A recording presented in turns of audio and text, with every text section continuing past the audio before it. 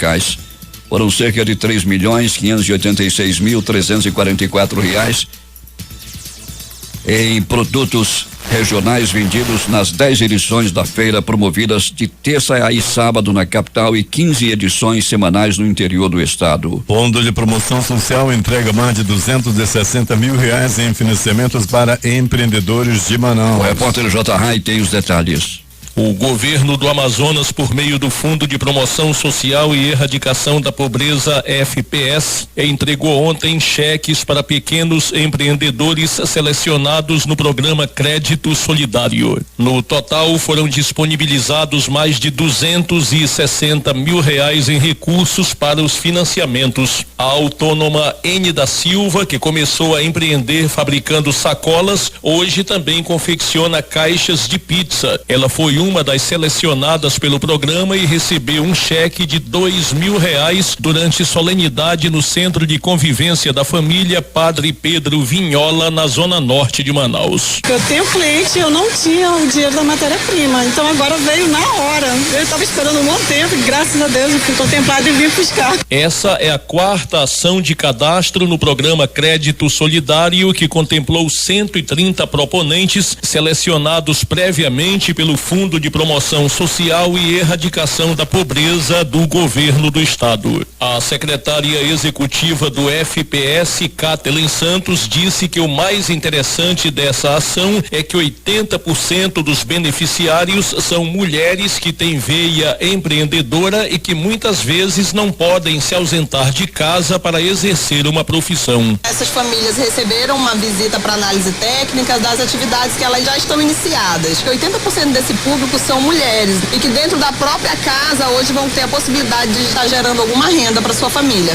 No total, foram disponibilizados R$260.700 em recursos por meio de uma parceria com a Agência de Fomento do Estado do Amazonas, a FEAM. O diretor-presidente da FEAM, Marcos Vinícius Castro, disse que essa é uma oportunidade e que, por determinação do governador Wilson Lima, está integrando parceria com o FPS para levar crédito e desenvolvimento não só em Manaus, mas também em todos os 61 municípios do interior do estado. Recursos são do Fundo da Micro e Pequenas Empresas, que chega até R$2.000, com taxas de juros subsidiadas de 0,5%, onde capital de giro eles têm toda a flexibilidade de pagar com 24 meses, com até 3 meses de carência, se for para investimento, máquinas, equipamentos, 6 meses de carência e até 42 meses para pagar o restante, ou seja, 4 anos.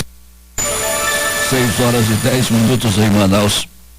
O Tribunal de Contas do Estado apresenta na manhã de hoje 66 processos em sua 22ª sessão ordinária a partir das 10 horas. A maioria dos processos a serem julgados, 18 no total, são de recurso de revisão, de reconsideração e ordinário de gestores que tentam modificar decisões desfavoráveis proferidas pelo Tribunal Pleno. Na mesma sessão serão apreciados também 21 representações, 2 embargos de declaração, 2 denúncias e 6 prestação de contas de convênio. Em representação encaminhada nesta segunda-feira, o brigadeiro do ar Frederico Alberto Marcondes Felipe, chefe do Centro de Prevenção de Acidentes Aeronáuticos, CENIPA, em Brasília, o deputado estadual Berlimino Lins, do PP, pediu a adoção de providências urgentes sobre a empresa MAP Linhas Aéreas, que há 6 meses realiza voos entre Manaus e Canauari, no Alto Juruá, com a ocorrência de sucessivas panes, aterrorizando os passageiros. De acordo com o líder progressista, nos últimos 90 dias, as panes tornaram-se frequentes, colocando em risco as vidas dos passageiros que usam a linha em viagens constantes entre a capital do estado e o município. A pane mais recente ocorreu no dia 15 do mês de junho último, quando uma aeronave da empresa foi obrigada a fazer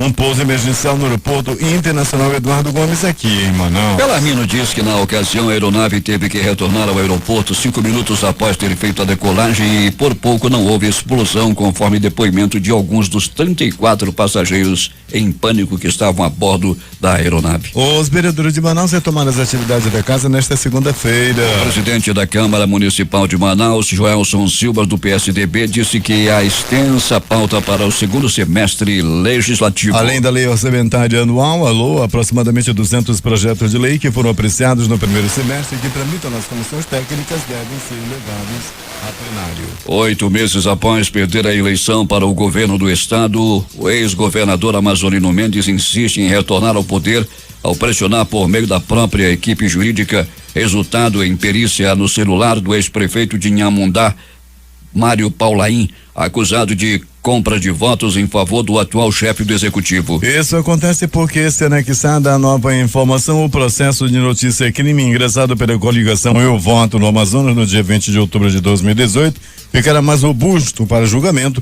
no Tribunal Regional Eleitoral. O processo que esquentou a política amazonense nos últimos dias sinaliza a compra de voto em favor de Wilson Lima pelo ex-prefeito do município de Inhamundá. Para este processo, o advogado de Amazonino Mendes, Yuri Dantas, requereu na última sexta-feira o laudo do aparelho telefônico, do telefone em que pode conter provas contra Wilson. Questionando sobre o assunto, o prefeito de Manaus, Arthur Neto, disse que se a intenção de Amazonino testar voto para a prefeitura em 2020 terá grande decepção. 6:13. Atendendo a pedido do Ministério Público Federal no Amazonas, a Justiça Federal determinou em caráter liminar o bloqueio de mais de 6,8 milhões em bens de Frank Luiz da Cunha Garcia, atual prefeito de Parintins, e de Carlos Alexandre Ferreira da Silva, ex-prefeito do município. A ação de improbidade administrativa foi ajuizada por aplicação indevida, bem como ausência de aplicação de verbas federais destinadas à modernização e ampliação do sistema de abastecimento de água no município. De acordo com o Ministério Público Federal, o município de Parintins firmou contrato de repasse com o Ministério das Cidades em 2007 por meio da Caixa Econômica Federal e recebeu 8.899.600 reais de forma parcelada. Em virtude de indício de baixa execução das obras, a Caixa Econômica Federal instaurou em 2014 tomada de contas especial para apurar eventual desvio ou má gestão dos recursos. Enquanto signatário do contrato e gestor que iniciou a obra, Frank Garcia recebeu entre os anos de 2009 e 2011 repasses que totalizaram 4.480.381 reais e 88 centavos. Na gestão de Carlos Alexandre entre 2013 e 2016, as obras não obtiveram nenhum avanço, mesmo o município possuindo recursos suficientes para dar continuidade à execução do restante das obras. No entanto, após vistoria em loco realizada mais de 4 anos após o início da vigência do contrato, constatou-se que a obra encontrava-se apenas 54,7% executada. Na ação, o Ministério Público Federal aponta que as condutas praticadas em tese pelos gestores do Executivo Municipal teriam provocado dano ao erário e violado princípios da administração pública, conforme disposto na Lei de Improbidade. A Comissão Parlamentar de Inquérito CPI dos Combustíveis da Assembleia Legislativa, em ação conjunta com o Instituto de Defesa do Consumidor do Amazonas, PROCON, realizada na manhã de ontem, entregaram auto de infração à empresa Atens Distribuidora de Petróleo por se negar a prestar esclarecimentos sobre o repasse de redução no preço dos combustíveis por meio de notificação e também obstrução às fiscalizações. Para a presidente da CPI dos Combustíveis, deputada Joana Dark, esta é uma forma de pressionar as distribuidoras e postos para que colaborem com as investigações. De acordo com o auto de infração emitido pelo PROCON, a multa aplicada à distribuidora é de R$1 milhão, segundo a legislação vigente. O diretor-presidente do PROCON, Jadir Frasch, informou que se negar a prestar esclarecimentos dessa ordem fere o Código de Defesa do Consumidor e prejudica toda e qualquer ação para redução no preço da gasolina no estado. O princípio da informação é de base do direito do consumidor. E se eles não estão repassando essas informações para o órgão de controle, que é o PROCON estadual, não conseguimos verificar as razões desse preço não estar chegando às bombas e, consequentemente, ao consumidor final, informou Frasch. Em nota, a Atem Distribuidora informa que o assunto está sendo acompanhado pelo departamento jurídico da empresa. O processo cabe recurso e a defesa será apresentada dentro do prazo a que tem direito. Polícia. Policiais civis do 12º DIP prenderam ontem Edivanei de Abreu da Silva, de 30 anos, na rua Coleirinha, bairro Santa Etelvina. Ela é suspeita de usar o dispositivo conhecido como Chapolin para furtar objetos no interior de veículos. Segundo o delegado Raul Neto, titular do 12º DIP, a equipe da unidade estava investigando o furto de celulares na área com uso do Chapolin, que é um dispositivo usado para bloquear o alarme dos carros. Como o carro não é travado, o ladrão furta os pertences do interior do veículo. Por volta do meio-dia, a Polícia Civil conseguiu rastrear 2 celulares que haviam sido furtados. Quando chegaram ao local, encontraram um carro que era conduzido por Edivaneide, mais conhecida como Diva, a rainha do Chapolin. A rainha do Chapolin, por já ter sido presa pelo mesmo crime no ano passado, cometendo em Manaus, e em 2015 em Presidente Figueiredo. A equipe da Força Tática prendeu 7 homens que trocaram tiros com os policiais militares da Força Tática na tarde de ontem, quando retornavam de uma tentativa de recuperar uma boca de fumo na comunidade do Cajual, no bairro de Santa Luzia. Foram presos Antenor Ribamar de Oliveira Coimbra, de 49 anos,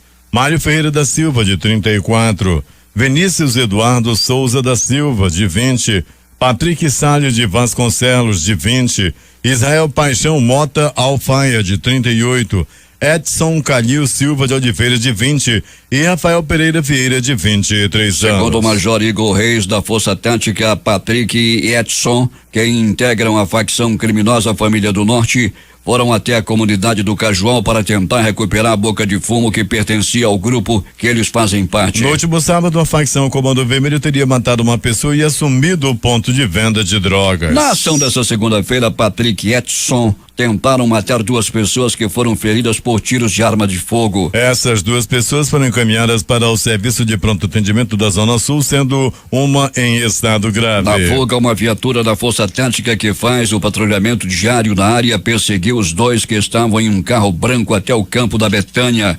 Quando a dupla desceu do carro, se juntou a mais 10 homens que trocaram tiros com os policiais. De acordo com o major, o grupo parou de atirar porque a munição deles teria acabado. Nesse momento, alguns conseguiram fugir pulando no igarapé da Ponte do Peixe, que fica também no bairro da Betânia, mas 7 homens foram presos pela polícia. Com eles foram apreendidos 2 pistolas calibre 380, uma pistola .40 e uma espingarda calibre 12 com 6 munições. Os 7 presos foram levados para o 1º Distrito Integrado de Polícia no bairro da Praça 14. 6h23 em Manaus. O que mais aconteceu nas últimas horas na cidade, Alberto Pellegrini? Muito bem, Paulo Guerra e ouvintes do Jornal da Manhã. Tivemos uma noite, madrugada tranquila, considerada muito tranquila, tanto no pronto-socorro Platão Araújo, como também no pronto-socorro João Lúcio. Pronto-socorro 28 de agosto, com 2 atendimentos durante a noite e madrugada com violência. Um por agressão física e uma outra pessoa também por agressão física deram entrada no pronto-socorro 28 de agosto. Já no pronto-socorro João Lúcio, no gigante da zona leste da cidade, Paulo Guerra e ouvinte do Jornal da Manhã, o homem deu entrada vítima de pauladas pelo corpo. As primeiras informações dão conta de que esse homem se envolveu em uma briga devido a uma partida de sinuca e foi barbaramente agredido a golpes de pau. As informações dizem, Paulo Guerra, que nesse bar onde aconteceu o crime no bairro Jorge Teixeira, é constante a briga por causa de jogo de sinuca. Ainda do pronto-socorro João Lúcio.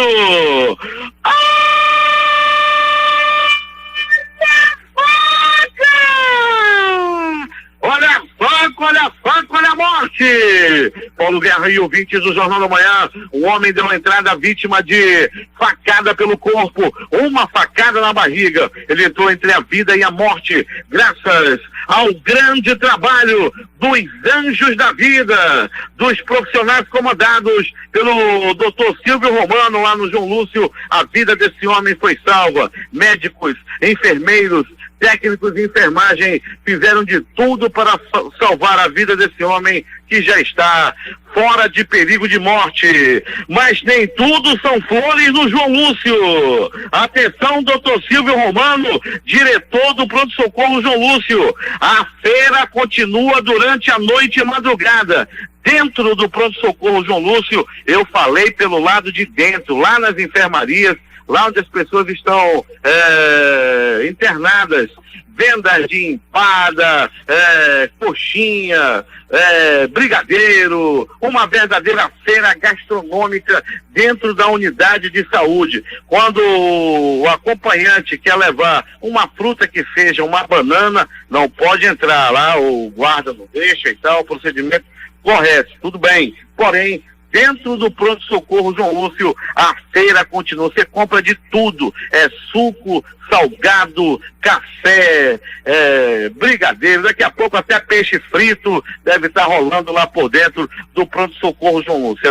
A denúncia ocorre todos os dias. Aí pacientes que, por exemplo, não pode comer determinado tipo de alimento, é vendido lá dentro, inclusive para pacientes. A denúncia chega com todos os dias em relação a isso. Quando a gente chega no pronto-socorro João Lúcio, as primeiras denúncias são essas da feira gastronômica que está sendo realizada dentro do João Lúcio. Doutor Silvio Romano, ação para acabar com essa patifaria dentro do João Lúcio. Pronto Socorro Platão Araújo. No Pronto Socorro Platão Araújo, uma pessoa deu entrada vítima de agressão física. Foram murros, chutes, socos, pontapés e uma violenta paulada na cabeça. O homem deu entrada entre a vida e a morte. E se não é a ação dos profissionais do Platão Araújo, ele teria partido desta para pior.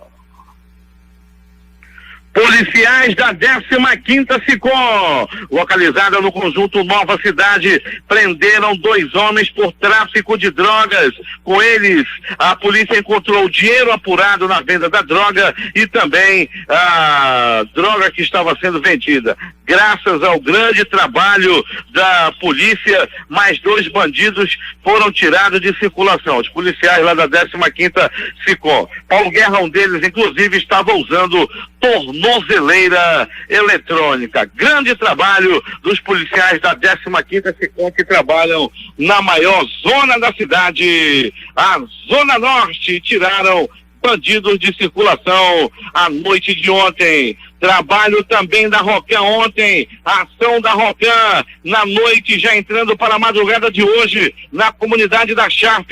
Bandidos foram presos, drogas apreendidas e uma arma calibre 44. A Rocan, mais uma vez, batendo recorde de apreensão de arma.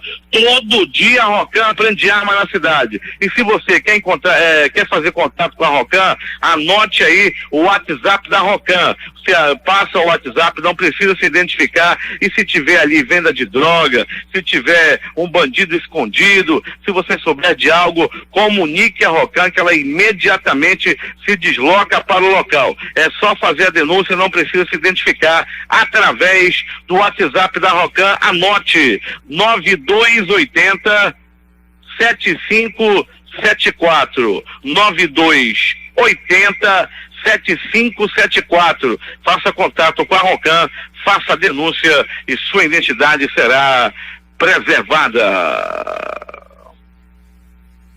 Tática em ação. O bonde do vovô é preso no Prosamin após troca de tiros com a polícia. Os bandidos já estão atrás das grades.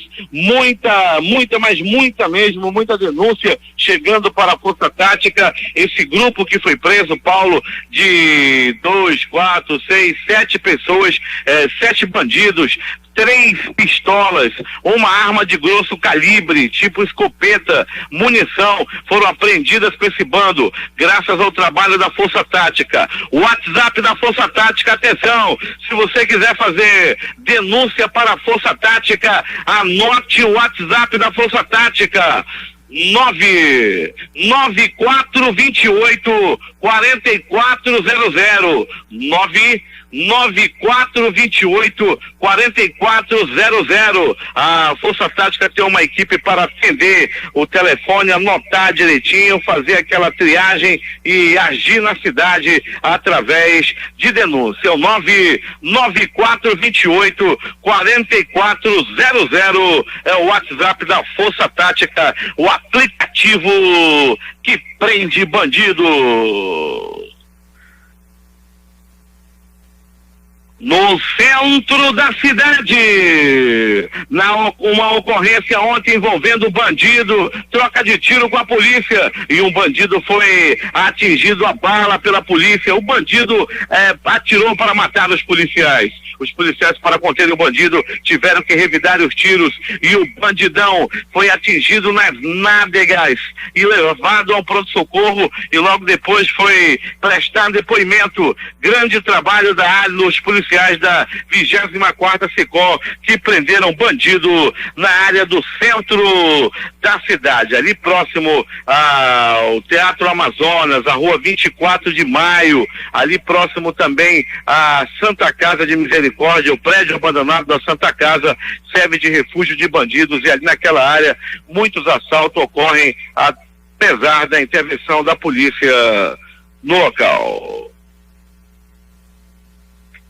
Paulo Guerra e ouvintes do Jornal da Manhã, é crescente o número de pessoas que procuram as unidades de saúde, como o pronto-socorro João Lúcio, Platão Araújo, e também 28 de agosto, com sintomas dessa maldita dessa virose, que dá febre, dor de cabeça e a goela também vai logo pro saco. Muita gente procurando as unidades de saúde devido aos sintomas da virose.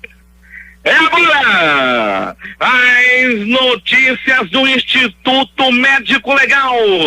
Saiba agora quem foi para a pedra nas últimas 24 horas em Manaus. E atenção, noite, madrugada tranquila. O Instituto Médico Legal viveu horas de tranquilidade. Apenas um registro na noite e madrugada. Ainda assim, de um bandido que morreu ao tentar assaltar no centro da cidade. E tudo aconteceu assim. Era a noite de ontem. A televisão mostrava o Fluminense penando no Maracanã. E não era contra o Chelsea, não era contra o Real Madrid, nem o Barcelona. O Fluminense estava penando na mão do Ceará para conseguir um empate. O Fluminense teve que anular um gol da equipe do Ceará. Nessa mesma hora, um bandido, um assaltante, estava agindo na área do centro. Ele chegou num pé de pano, ele chegou num sapatinho, chegou devagar e o homem estava passeando, estava andando na área da Praça do Congresso. O bandido chegou perto e chegou dizendo: perdeu, é um assalto. Ele não sabia, mas ele estava assaltando um agente penitenciário que estava armado. O agente puxou sua arma e disparou. 2 balaços no peito do bandido, que não resistiu aos ferimentos. Cadê já minha campainha, rapaz? Tá aqui.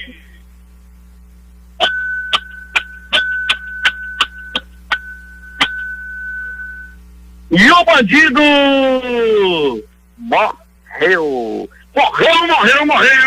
morreu lá na área da Praça do Congresso. Bandidão estava pronto para matar, estava pronto para assaltar, estava cometendo assalto na hora em que morreu a bala. Ele ainda agonizou por alguns momentos. Nessa hora que ele levou os balaços, apareceu ele, o passarinho da morte.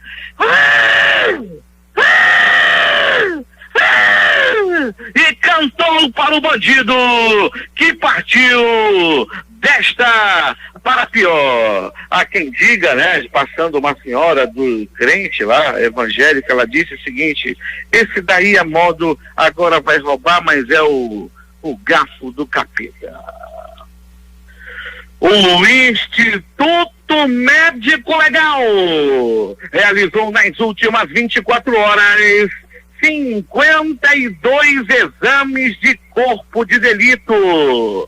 Paulo Guerra e ouvintes do Jornal da Manhã, interagindo com nossos ouvintes, ouvindo o Jornal da Manhã nesse momento, a Rosalba, o professor Moza, lá no Biosfera e lá no quilômetro 68 da Estrada do Castanho, a dona Suzete também com o rádio ligado lá na comunidade dela, lá no interior, dona Suzete ouvindo o Jornal da Manhã. É contigo, Paulo Guerra. Esportes. Fluminense e Ceará fecharam ontem à noite a 10ª rodada do Campeonato Brasileiro com empate em 1-1. O Fluminense tropeçou em pleno Maracanã e se não fosse o VAR teria perdido o jogo. Na Série B, o Cuiabá empatou com o Sport 1-1. Na Série C, o Ferroviário foi derrotado pelo Náutico 1-0. Os dois jogos pela Série D, o Juazeirense venceu o Brusque por 1-0 e Floresta e Jacuipense empataram em 2-2. No Brasileiro Sub-20, o Flamengo goleou o Fluminense por 4-1.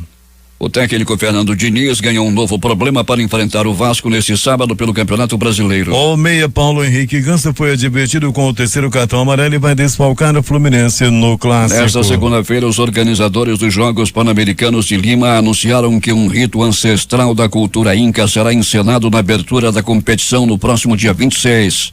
A apresentação mostrará uma inovação ao deus Pariacaca, que segundo a mitologia era o regente da água e das chuvas torrenciais.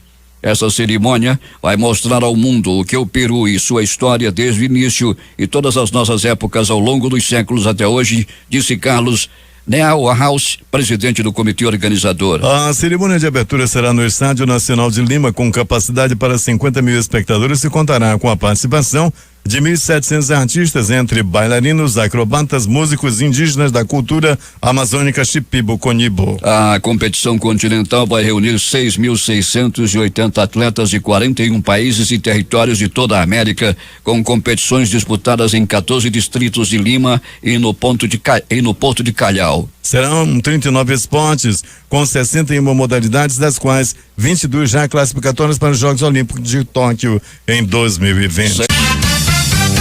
Últimas notícias. Dólar fecha em alta, seguindo o exterior e de olho em reforma da Previdência. A moeda norte-americana subiu 0,48% a 3,7563. O Ibovespa recuou 0,1% e fechou a 103.802 pontos. Os preços do aluguel de imóveis residenciais aumentaram 3,45% no primeiro semestre, abaixo da alta de 4,38% do IGPM, o índice que corrige esses contratos no país, segundo dados divulgados pelo FIPZAP. A inflação geral para o período, medida pelo IPCA, foi de 2,23%. Consumidores que não desejam receber ligações de telemarketing de empresas de telecomunicação poderão se cadastrar a partir de hoje na chamada lista de Não Perturbe. O cadastro poderá ser feito pelo site criado pelas empresas após determinação da Agência Nacional de Telecomunicações, a Anatel. O prazo para o bloqueio é de 30 dias após a solicitação do consumidor. Termina hoje o prazo para participar da lista de espera do programa Universidade para Todos, o ProUni. A adesão é feita na página do programa pela internet. A relação dos candidatos em lista de espera será divulgada na quinta-feira, de 18. Podem participar da lista de espera os candidatos que não foram selecionados na primeira opção do curso, feita na hora de inscrição em nenhuma das duas chamadas regulares do programa. Brumadinho. MPT e Vale assinam um acordo para indenizar familiares de funcionários mortos na tragédia. Cônjuge, filhos e pais vão receber R$700 mil individualmente. Para familiares dependentes, haverá pagamento de pensão mensal vitalícia até 75 anos. O acordo foi homologado na Justiça Trabalhista. O ministro da Infraestrutura, Tarcísio Gomes, afirmou nesta segunda-feira que as passagens aéreas devem ficar mais baratas a partir de setembro. Segundo ele, novas ofertas de voos e entrada de companhias aéreas estrangeiros do mercado regional vão refletir no valor das tarifas. O ministro Tarcísio Gomes ponderou que a abertura de capital estrangeiro para as companhias de aviação é fundamental para o mercado brasileiro. Além disso, ele lembrou que a liberalização de normas e iniciativas de alguns estados na redução do ICMS sobre o querosene de aviação, somada à transferência de ativos para a iniciativa privada, vai impulsionar o mercado de aviação. O ministro da Educação, Abraham Weintraub, se reúne com reitores das universidades federais nesta terça-feira. Ele deve apresentar uma proposta para aumentar a autonomia financeira das instituições. O programa Futurice, um novo modelo de gestão para as federais. O ministro da Infraestrutura, Tarcísio Freitas, anunciou nesta segunda-feira em uma entrevista coletiva concedida em Brasília que o governo federal e o Ministério Público Federal fecharam um acordo que prevê a instalação de 1.000 radares de controle de velocidade em rodovias não concedidas à iniciativa privada. Freitas não deu detalhes sobre o teor do acordo, mas afirmou que o acerto firmado com o Ministério Público Federal, que reduziu de 8.000 para 2.200 o número de faixas a serem fiscalizadas nessas estradas, deve gerar uma economia correspondente a cerca de 600 milhões de reais. Os vereadores de Uruburetama, lá no Ceará, votaram ontem à noite pelo afastamento por 90 dias do médico e prefeito do município, José Ailton de Paiva, denunciado por várias mulheres de abusar delas durante atendimento ginecológico em hospitais públicos da cidade. A população se concentrou em frente à Câmara Municipal para pedir o afastamento do prefeito. O local recebeu reforço policial, parte da população comemorou a decisão da Câmara e soltou fogos de artifício. 9 dos 11 vereadores da cidade estiveram presentes na sessão extraordinária ocorrida durante o recesso parlamentar. Todos os vereadores presentes votaram pelo afastamento do prefeito. Estudante do Rio Grande do Sul é encontrado morto lá na China. Universidade de Itamaraty confirmaram o falecimento de Leonardo Cláudio da Rosa, intercambista que estava em Pequim desde o ano passado e retornaria no meio do ano. As circunstâncias não foram divulgadas.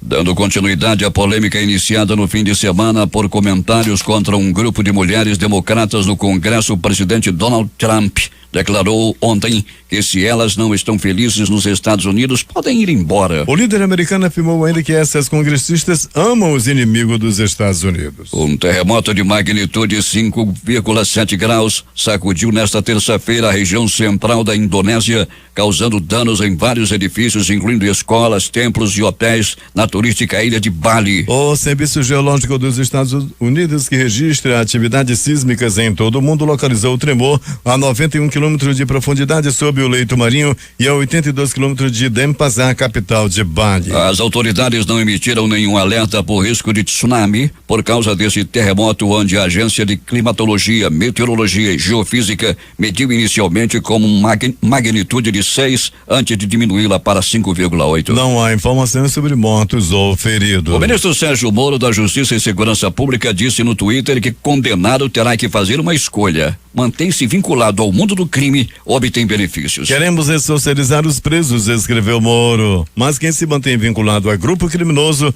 não quer ressocialização. Então o condenado terá que fazer uma escolha: mantém-se vinculado ao mundo do crime ou obtém benefícios. De acordo com o ministro, aquele condenado por integrar a organização criminosa ou por praticar crime através de grupo criminoso não obterá benefício durante o cumprimento da pena se houver elementos de prova que indiquem que ainda compõe a associação criminosa.